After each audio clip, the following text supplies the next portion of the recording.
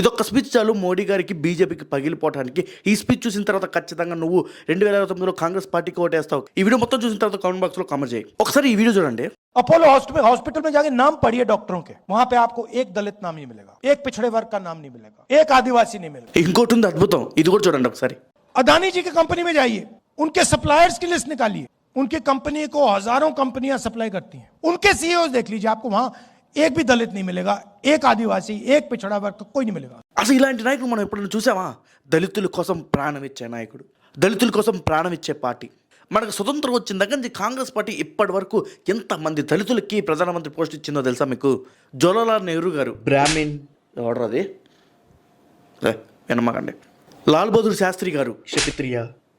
రేయ్ ఎవడరు నువ్వు? ఇవన్నీ పట్టించుకోమకండి.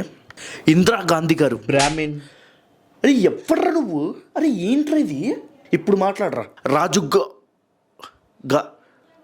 గాంధీ గారు. ఓ సారీ ఓకే మర్చిపోయా. ఓకే ఫ్యామిలీ కదా. ఓకే ఓకే మా తెలుగు తాత పివి నరసింహరావు గారు బ్రాహ్మిన్. మరి ఏంద్రా దమ్ముంటే ఇప్పుడు చెప్పురా, దమ్ముంటే ఇప్పుడు చెప్పు.